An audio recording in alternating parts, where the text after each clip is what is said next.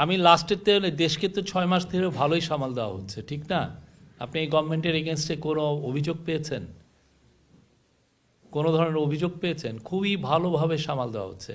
এখন নুরুল হক নিউর এখন জাতীয় নেতা হয়ে গেছেন, উনি অনেক কথা বলছেন, ওনার তো কনস্টিটিউয়েন্ট, ওনার সাপোর্টারদের জন্য তো উনি কথা বলবেনই, আমরা তার কথাকে সম্মান জানাই। কিন্তু আমরা গত 6 মাসে আপনি রিপোর্ট কার্ড দেখেন, আমি তো বলবো যে ব্রিলিয়ান্ট। আর আপনি কি বললেন, সালাউদ্দিন আহমেদের কথা বললেন, আমরা স্পষ্ট আমরা বলেছি, দুইটা আমরা ডেট দিয়েছি, স্পষ্টভাবে ডেট দিয়েছি। এখানে কোনো ধরনের কোনো অ্যাম্বিগুইটি নাই।